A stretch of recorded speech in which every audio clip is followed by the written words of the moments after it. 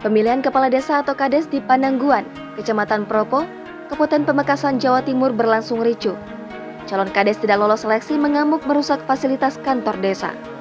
Dalam aksinya, calon Kades ini mengerahkan puluhan orang suruhan para pendukungnya untuk merusak fasilitas balai desa seperti kursi serta memecahkan kaca. Aksi calon Kades ini sangat meresahkan warga. Wakapolres Pamekasan, Komisaris Polisi Azi Pratas Guspitu, mengatakan dalam Pilkades itu ada 4 orang calon. Mengetahui hal itu, puluhan pendukung Kades incumbent mendatangi balai desa tempat panitia seleksi. Namun, karena tidak berhasil menemui panitia, para pendukung Kades itu mengamuk dan merusak fasilitas desa. Beruntung, pihak kepolisian segera datang ke lokasi. Sejumlah warga juga diamankan karena membawa senjata tajam.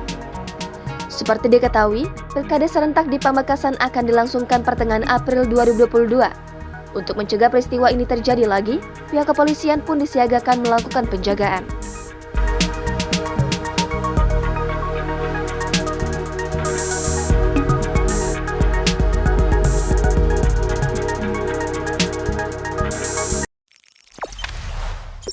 Jangan lupa subscribe, share, komen, dan like ya!